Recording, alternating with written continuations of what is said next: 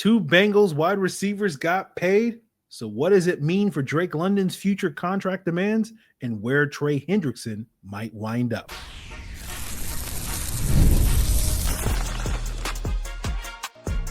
You are Locked On Falcons, your daily Atlanta Falcons podcast. Part of the Locked On Podcast Network, your team every day.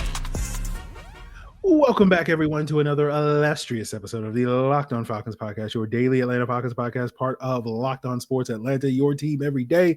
And today's episode is brought to you by FanDuel. Right now, new customers can get $200 in bonus bets when your first $5 bet wins. So if you don't know me, I'm your very, very humble host, Aaron Freeman, a.k.a. Mr. Drew, a.k.a. the Jolly Green Giant, a.k.a. Mr. a.k.a. And I've been covering the Atlanta Falcons for almost 2 decades, formerly at FalcFans.com, RIP, still going strong on this illustrious podcast. And I thank each and every one of you that go strong with me as every day, or as that means you make this illustrious podcast your first listen each and every day. And all you got to do to become an everydayer, guys, subscribe or follow for free on YouTube or wherever you listen to podcasts to get the latest episode as soon as it is available. So today we are talking about the trickle-down economics of T. Higgins and Jamar Chase getting their extensions. Later, we'll talk about how that impacts the other Bengal that is looking to get paid this offseason in Trey Hendrickson, a player that we've had our eyes glued upon as a potential future Falcon in a trade this offseason.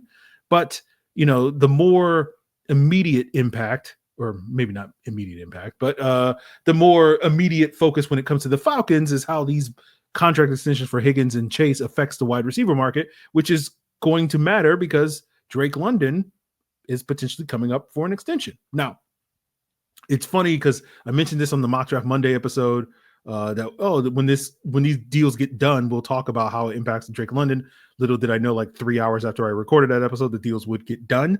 And those deals were for Jamar Chase. He's now the highest paid non-quarterback in the NFL, signing a 4-year, $161 million extension with $112 million guaranteed. T. Higgins is now the highest paid number 2 wide receiver in the NFL, signing a 4-year, $115 million extension with undisclosed guarantees, but the reports indicate that the first 2 years are guaranteed. So we're guessing somewhere in that $58 to $60 million range, somewhere around there. And so how that leads to the Trey Hendrickson conversation is that now the Bengals have locked up 2 out of the 3 guys that they said that they want to lock up. The third guy being Trey Hendrickson. They'll turn their undivided attention towards Trey Hendrickson. And, you know, I've seen a lot of speculation from folks online and elsewhere, sort of Falcon fans specifically, that this now means that, the Bengals will definitely be able to sign Trey Hendrickson. I think that's maybe, you know, putting the cart before the horse, as they say, basically in the words of my good friend Lee Corso, not so fast, my friend.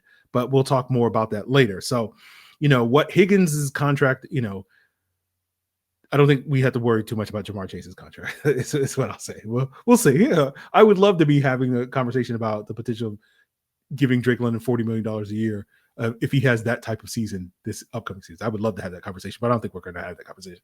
But essentially, the Higgins contract, I think, is the more relevant one to the Falcons because it kind of sets the ceiling now for what a number 2 wide receiver is, which means it kind of sets the floor for what a number 1 wide receiver. And in lieu of DK Metcalf's $30 million a year contract extension that he got from the Steelers after he got traded to them this offseason, you know, basically, if you're a number 1 wide receiver like Drake London, your starting point on a new extension probably starts at $30 million. And the question, of course, is, you know, is Drake London worth a $30 million extension? Right? And I asked this question to my Locked On Falcons insiders. If you want to join the conversation, hit that link in the description below. You'll also get access to upcoming film breakdowns of the various Falcons free agent pickups later this week. 14-day free trial, $4.99 a month thereafter. Again, at that link in the description below. But, you know, I hit up the Locked On Falcons insiders earlier today on Monday and basically asked, do you think Drake London is worth $30 million a year? And the overwhelming response from the insiders was yes.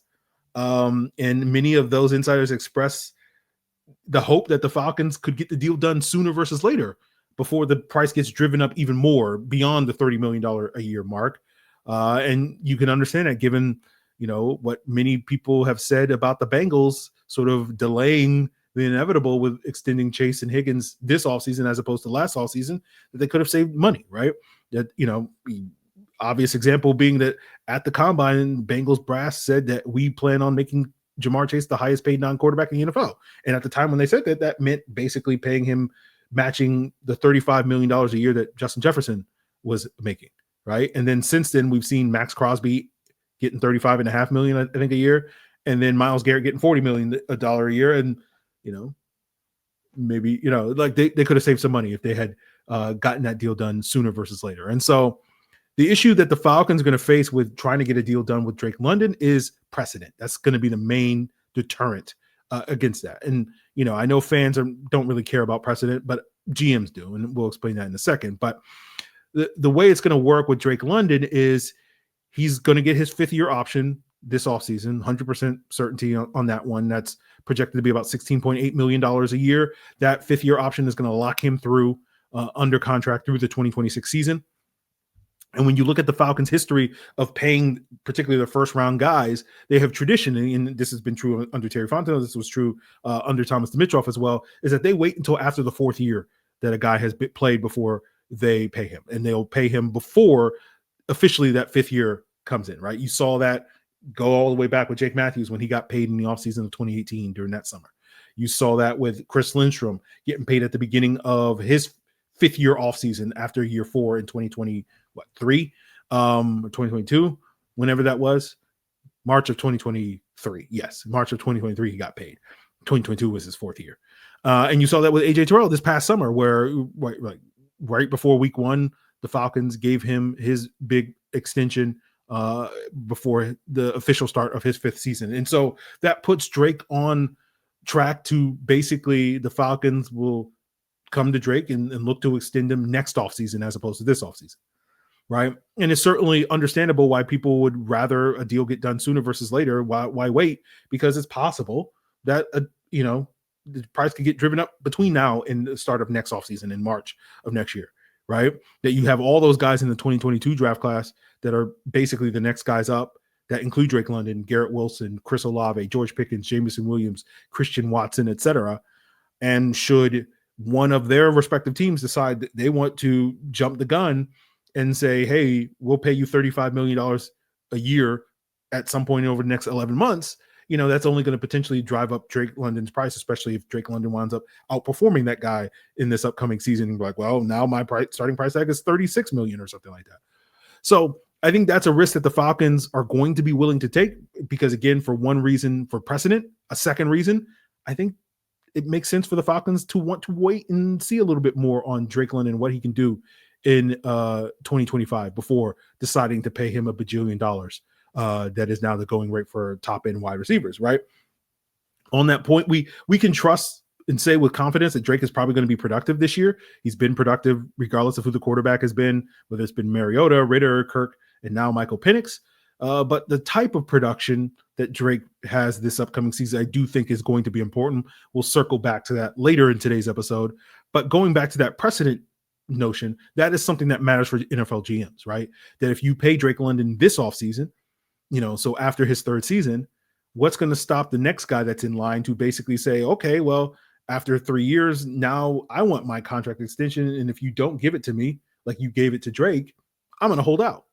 Now, in the Falcons specific situation, is that likely to happen? Because probably the next guy up to get paid is Bijan Robinson. And I don't think any of us think that Bijan is likely to hold out next year if he doesn't get, become the highest paid running back or whatever it is.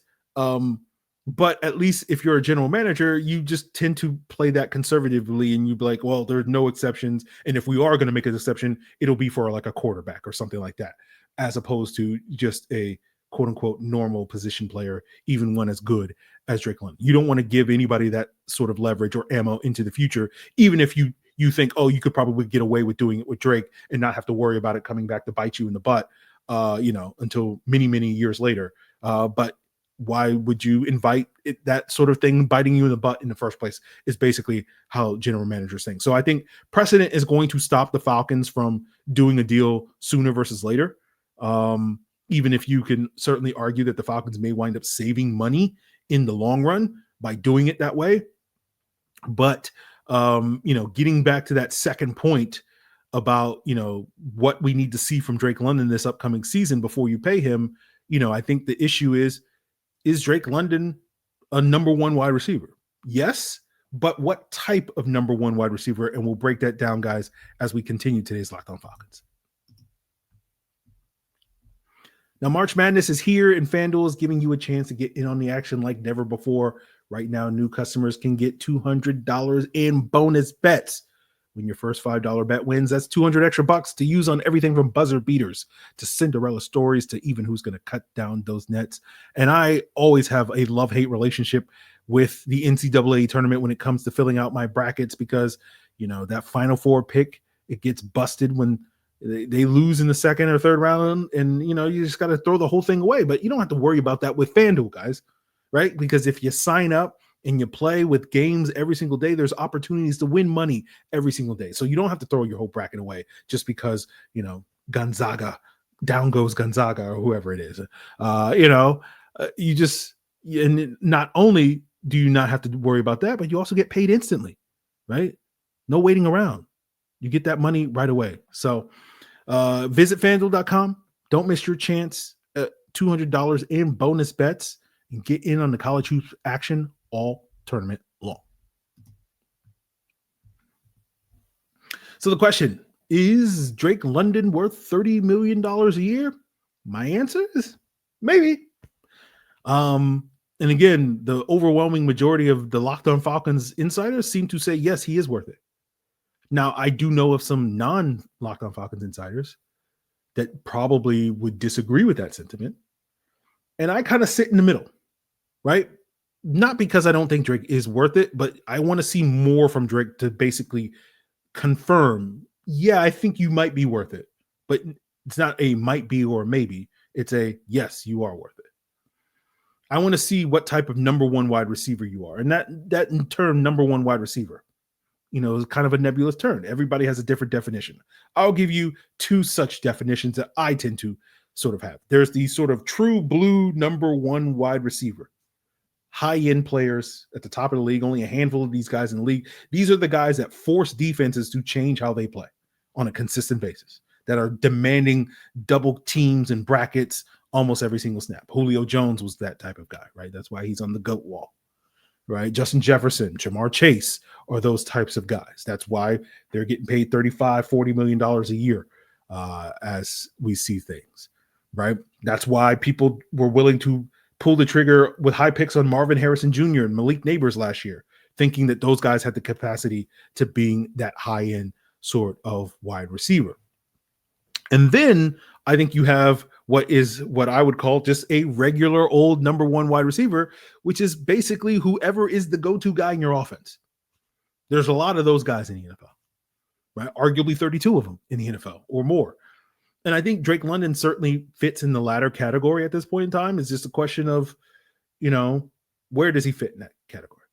Now, I don't personally think Drake London will ever be in that first category of guys in the same conversation as Julio and Justin Jefferson and Jamar Chase and et cetera. And I don't think that's a problem. To me, that category is basically reserved for guys that are like surefire Hall of Famers.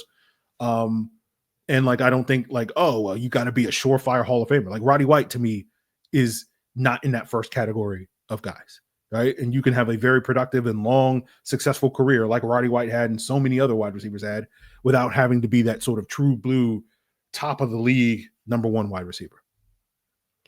So because Drake London fits in that second group of number one wide receivers, this is not to say that, that means that he's not worth $30 million. It's just kind of where he fits in that group, right? Because then you can kind of draw that second group where most number one wide receivers fit into sort of two subgroups that kind of mirror what we're talking about, and that's where I think the conversation with Drake London kind of starts, because it's like you can make the argument that Darnell Mooney is also a number one wide receiver in one of those subcategories. We talked about this in January when we were reviewing the wide receiver position, where we kind of talked about how Darnell Mooney and Drake London were kind of receivers 1A and 1B, that depending on how you look at it, you can make an argument that each one of those guys is actually a number one wide receiver, right? Because if you're looking at it from who's the sort of guy that defensive coaches are more likely to adjust their game plan to, that's arguably Darnell Mooney, right? We talked about this leading up to the Denver game, mostly because Darnell Mooney of his ability to be one of the most, and his ability, the fact that he was one of the league's most explosive weapons in the NFL. And we talked about this in the lead up to the Denver game, where I was basically arguing that if I was constructing a defensive game plan, if I was Vance Joseph, the Broncos defensive coordinator, and I have this, wide receiver eraser and Patrick Surtain, as they did, and I like to shadow that guy on the opposing team's number one wide receiver and successfully are able to take that guy out. The guy that I would put Patrick Surtain on is Darnell Mooney, because I want to eliminate those explosive plays from the Falcons offense, because as we saw throughout that 2024 season, when the Falcons aren't generating explosive plays on offense, their offense is very ordinary, and that's your best path to beating them. Now, the reason why that matters is because basically in the hierarchy of things that keep defensive coordinators up at night, number one is giving up touchdowns. That's their number one goal, is to eliminate team scoring touchdowns for obvious reasons. For some reason, like, points matter in this sport. Like, it's like the team that scores the most points wins the game. That's weird. But the second thing on that hierarchy is explosive plays, because explosive plays are going to get teams in a position to score more touchdowns more readily than the sort of methodical dink and dunk down the field and whatnot. So that's the reason why Darnell Mooney is arguably wide receiver 1A or 1B.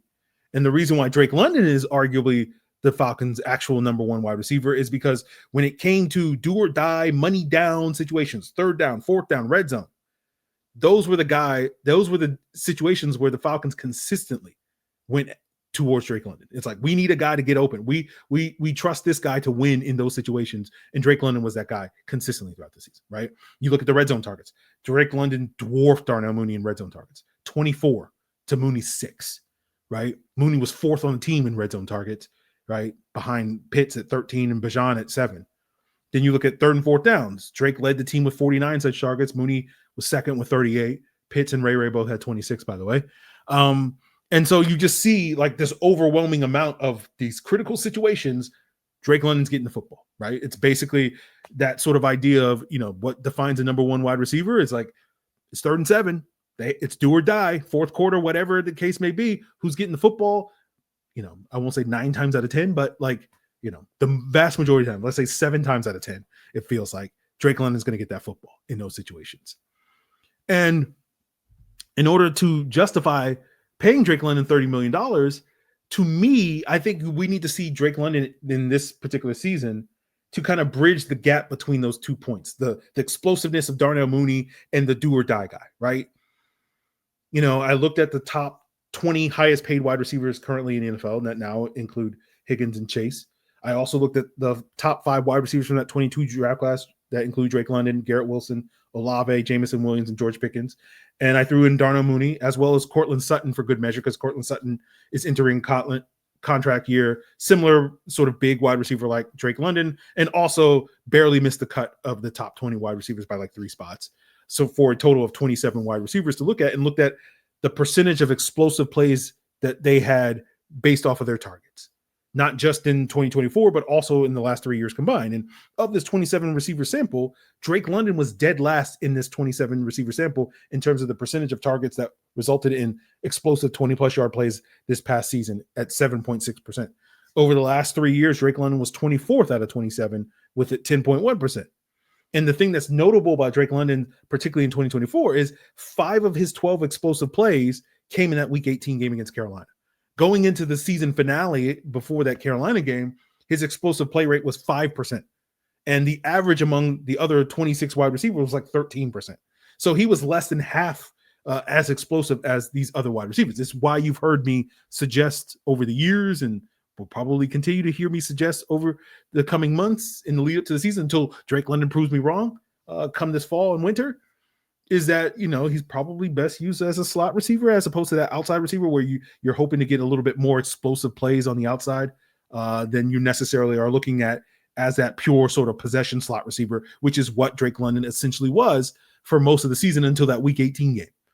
And so the question I have is, if that trend continues, that if we see less games like we saw in that Week 18 game against Carolina. We see less games like we've seen in the past with Drake London, where explosive plays were not necessarily, coming in bunches in previous years, but it was at a steady rate week in and week out that you could count on Drake London getting an explosive play or two in 22 and 23. But if we're still looking at a guy that's just basically only the guy on as a possession receiver, I don't know if that's, to me, I would have a hard time justifying paying a guy $30 million a year to basically be a possession guy. Because the guy that reminds me of is, particularly when you look at this 27 wide receiver sample that I looked at, is the guy that most resembles is Michael Pittman, who was at the bottom of this 27 receiver sample over the last 3 years with an explosive play rate of 7.4%. And he's making about $23.3 million a year. And so, if Drake continues to basically be the equivalent of Michael Pittman, it's, again, like, could that be worth $24-25 million a year? Sure. Is that worth 30? No, we'd be having a different conversation if Drake is, quote unquote, only a possession guy, if he winds up being elite in the red zone, right? That one of the things that we talk about being that go-to guy in the red zone, if he can, put up 12, 15 touchdowns or something like that this year and be one of the more productive red zone threats in the NFL in a similar way as, say, a Mike Evans, among others. AJ Brown's another guy that's in that mix. And that's certainly possible for Drake. And so even if he is just a possession guy, but if he's also an elite red zone guy, that changes the math a little bit.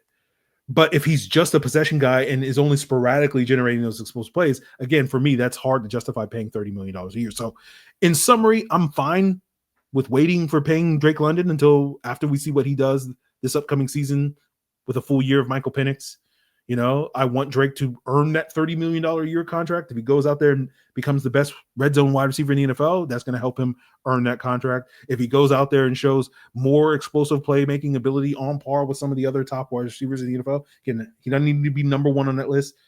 He can be 22 on that list, but just be more in line with some of these other guys as opposed to way at the bottom. If you're putting on a graph, like all these guys are clustered over here, and then here's Drake London way over here, Sorry for the audio listeners, you don't know what I'm talking about, but that sort of thing. And if he does those things, then I think he'll earn, a big contract, and whether that ultimately lands, 30 million or more, we'll have to sort of see. So, to make it clear before anybody panics or like, Aaron, are you suggesting that the Falcons, if Drake London doesn't live up to those expectations and earn this contract, that we should get rid of him? No, we're not there. I'm not saying that at all. Right. Because of the 5th year option, we basically have 2 bites at the apple with Drake London in 2025 and 2026 to show me that, he's more than what he was in 2024. Right. So we're far from having to draw that hard line in the sand like we did this past offseason. With Drew Dahlman, basically saying you're only worth this amount and we're not going to pay you a penny more. And, if you want more, then you can kick rock. So, like, we're not there yet. We're far from that. I'm just saying that I'm hoping by the end of this upcoming season, if and when it comes time to handing out what will essentially be the biggest contract to a non-quarterback in team history, right? Matt Ryan signed a $30 million a year deal in 2018. That, like, we shouldn't be having the debate like I arguably did on today's episode of, like, who's the number one wide receiver in the team. Right, where it's like, well, depending on what your definition is, it's Darnell Mooney. Depending on this other definition, it's Drake London. Like, it should be very clear. It's Drake London if we're going to give him, this massive contract, and that's kind of where I'm at. So, that being said about Drake London, let's talk about the ongoing Trey Hendrickson saga and what these big money deals mean for his future in Cincinnati. The NCAA tournament is here, and so is the Bracket Breakdown. Locked On Podcast Network and Amazon Fire TV channels are teaming up to deliver NCAA tournament coverage like never before. Watch studio shows featuring former players and Locked On's local experts as they guide you through every upset, buzzer beater, and bracket matchup. Stream it all for free on Amazon Fire TV channel. Search Bracket Breakdown to see it all for free. It's your team every day.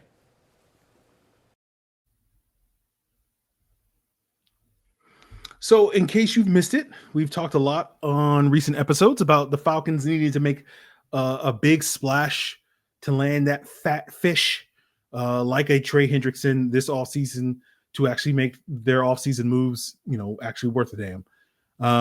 You can go listen to my unhinged tirade about Kirk Cousins, or the episode I did last week with Jarvis Davis of Locked On Sports Atlanta to hear more about that. But, basically with Higgins and Chase now locked up in Cincinnati, the question is Trey Hendrickson next, right? The Bengals have stated their goal from the jump that they want to keep all three of those guys.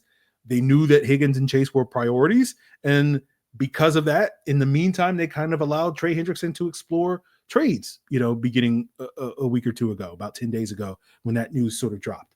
And from what I understand, a big part of that was because of how far apart they were on the contract negotiations, with Trey Hendrickson wanting, a deal north of $30 million a year. Since then, we saw the Myles Garrett contract, so maybe that pushes up his contract demands even further. And the Bengals apparently did not want to give him that $30 million a year sort of contract. So clearly, the Bengals still want to keep him.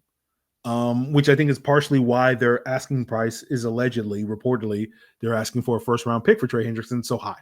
And it doesn't seem like NFL teams are willing to pay that, because basically, like, if we're going to hand out a $30 million contract to a 30-plus-year-old player, we also don't want to pay a premium in terms of the draft capital. And we talked about this with Jarvis Davis on last Friday's episode. This was a similar dynamic that we saw with DK Metcalf before he was traded from Seattle to Pittsburgh. Right, where the initial reports were Seattle's asking price was a first and a third. And then teams balked at that, and eventually Seattle came down on that price, and he was ultimately traded for Pittsburgh for a second-round pick in a late-round pick swap.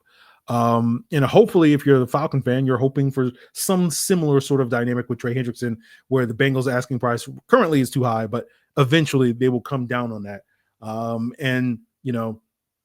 The way that happens is that the Bengals and Trey Hendrickson continue to be far apart on a deal, right? And then at that point in time, the Bengals will be like, well, we're not going to be able to lock you up, and we're going to move you. And rather than giving up, asking for a first-round pick, I've seen other reports that indicate that the likelier price that teams are going to be willing to pay is going to be a late second or an early third-round pick for Trey Hendrickson. And if that's the case, then a trade could eventually happen. And if that does happen, I don't think it's going to happen soon. It's probably going to happen closer to draft time, at some point in April, because I don't think the Bengals are going to, I think they're going to want to negotiate with Hendrickson in earnest again, and that's going to take more than like a day or two or whatever, like the Chase and Higgins contract negotiations were not done overnight. They probably have been talking for months, but we can assume that the Higgins, at least specifically his contract negotiations, probably picked up during that February 18th through March 3rd or whatever it was, window where they could franchise tag him. And so, theoretically that would mean about a month of negotiation before a deal was ultimately hammered out with T. Higgins. And maybe this ages poorly in the next 48 hours, Trey Hendrickson agrees to a deal, but I would guess that we will probably get at least a week, if not 10 days, if not 2 weeks of earnest negotiations from both parties before we would get to a point where it's like, oh, we're going to move on. Right. So either, in let's say 7 to 10 days from now, at a minimum, either Trey Hendrickson will be signed by that point, or the Bengals and him will agree to a mutual parting of ways. And so I would sit here and say, if we get to April 1st, and the deal isn't done, I think the odds are, increased that, a trade is still definitely on the table. So I think patience is a virtue in this situation. And obviously if you're the Bengals, you want to get this done before the draft so that if you do wind up needing to replace Trey Hendrickson in his relatively deep edge draft class, you will find many opportunities to do so. Now, I think when it comes to whether or not these talks will fall apart, and this is pure speculation on my part, I think it's plausible that we could see some reasons for why the Bengals and Trey Hendrickson won't agree. One of those is guaranteed money. Now, the Bengals, when we talk about precedent, their precedent generally is like they don't guarantee money beyond 2 years of the contract. This is why Jesse Bates is an Atlanta Falcon and not a Cincinnati Bengal. And they made exceptions for Joe Burrow. It seems like, again, without knowing the details of the Jamar Chase deal, it seems like they made exceptions for Jamar Chase, but it is, as I mentioned earlier, notable that T. Higgins only got the first 2 years guaranteed. And the question with Trey Hendrickson is, where is his demands for guaranteed money, right? Another issue that could cause some fallout in this negotiation is new money, right? I saw someone tweet about this. I forgot who it was, but basically Trey Hendrickson has a roughly $16 million salary due to him this year. And so if he signs a 2-year, $60 million extension that averages $30 million, it's really boils down to a 3-year, $76 million, deal that averages, $25 million roughly or so.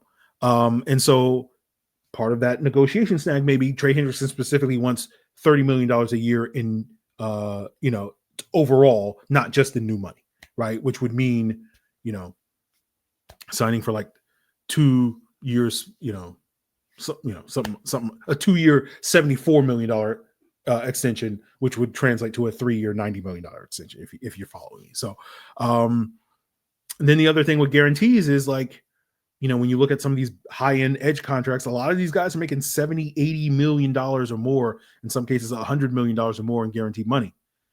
And so the Bengals are just like, hey, we're going to guarantee the $16 million that we already owe you this year, and then the $30 million that we're going to owe you next year, and that's it. 46 million guarantees. Is that good enough for Trey Hendrickson? Maybe, right? That's right in line with what Danielle Hunter got last offseason, about $48 million guaranteed on a deal that averaged a little shy of $25 million a year.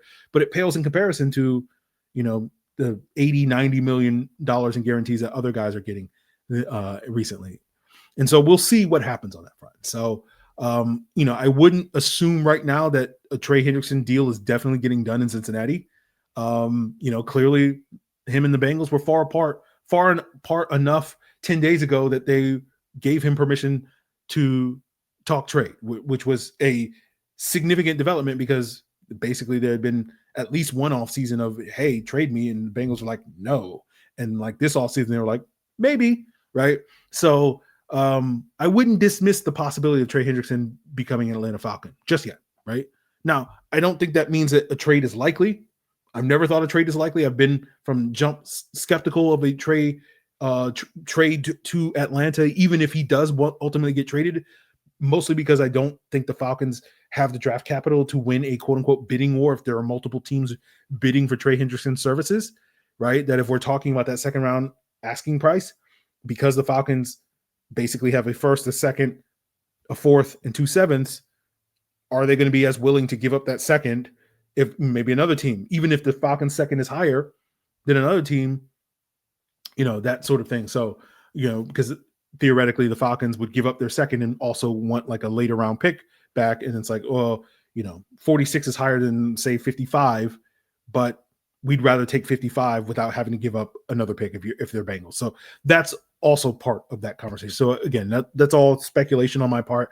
So we'll see on that front, but that's why I've been reluctant to think that a Trey Hendrickson trade was likely, but I hope we see it, right? As I've mentioned before, right?